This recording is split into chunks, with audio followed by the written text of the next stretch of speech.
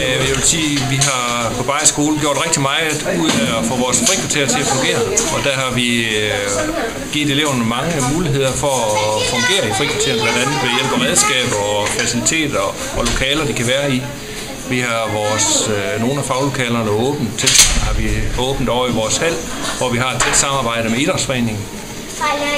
Så der er åbent der.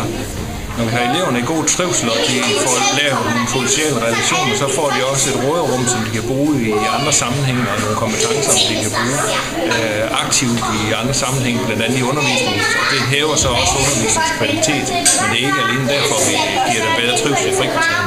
Det gør, at den der arbejdsglæde smitter af både på voksne og børn, og forældrene får en større tilfredshed med at sætte deres børn i skole her på Bejer Skole.